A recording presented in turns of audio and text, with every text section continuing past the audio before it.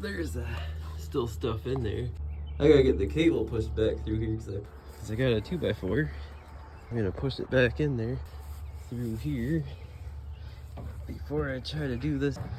Hopefully it catches that cable. That's not good. We gotta be going through out the other side. Yep, it's sticking out. Oh boy. Oh, there she goes. Okay. It's caught on something. You watching? You watching, sis?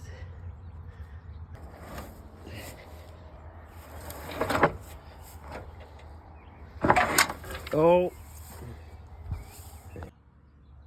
So I'm sticking the new line in, and it definitely lines up with the hole. There's no way to get in that frame and push it.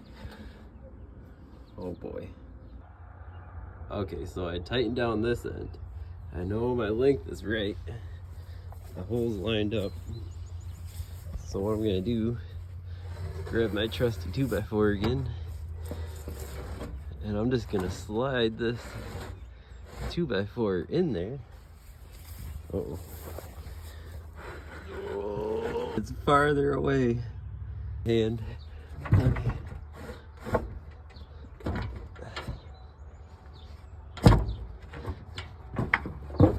boy, it's hung up on something.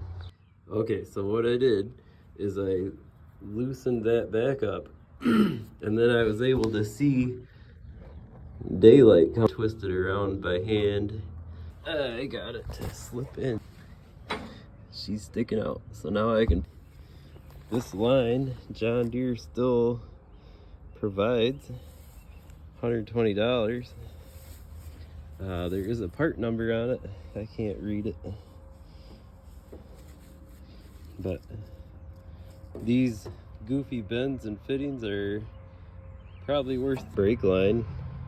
You could probably just fish a brake line through there, but it'd be a little cheaper, but should last my lifetime.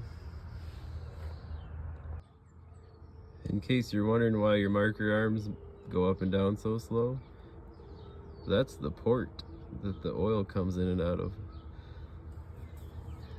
I didn't know that.